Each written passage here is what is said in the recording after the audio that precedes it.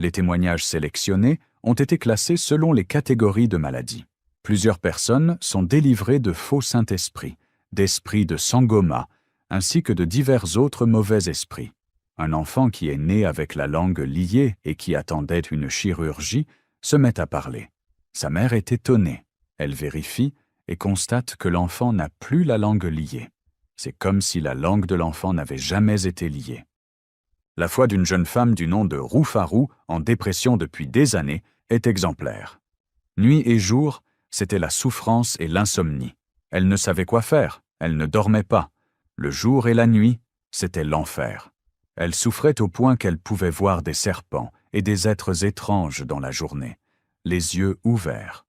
Elle avait été dans toutes les églises et tous les pasteurs et prophètes avaient déjà prié pour elle. Et lorsqu'elle a appris que le prophète Kakou Philippe viendrait en Afrique du Sud, elle a contacté l'apôtre Yannick et a dit que c'est son dernier espoir. L'apôtre Yannick lui a dit de se joindre à une assemblée en Afrique du Sud.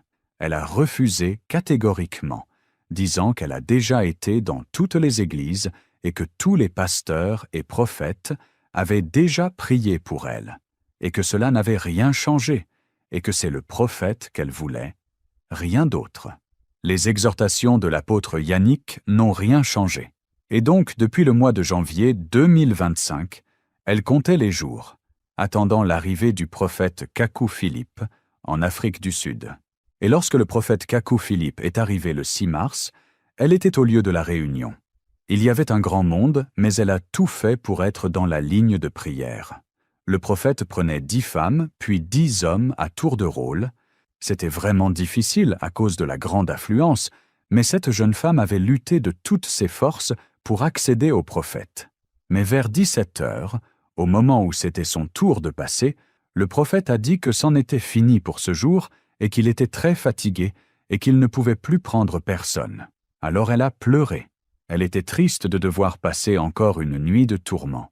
Alors le 7 mars, qui était le 2e jour des services de guérison, elle s'est présentée au lieu de la réunion et elle attendait.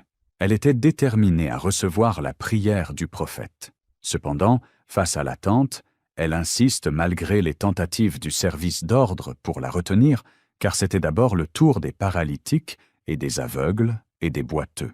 Et à un certain moment, elle remarquait que la situation devenait difficile comme la veille, et elle a commencé à user de force.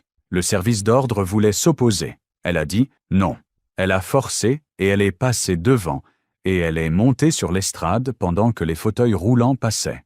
Elle est allée à toute vitesse se mettre à genoux devant le prophète. Dès que la main du prophète la touche, une sensation la traverse. Aussitôt, de façon instantanée, elle est complètement délivrée.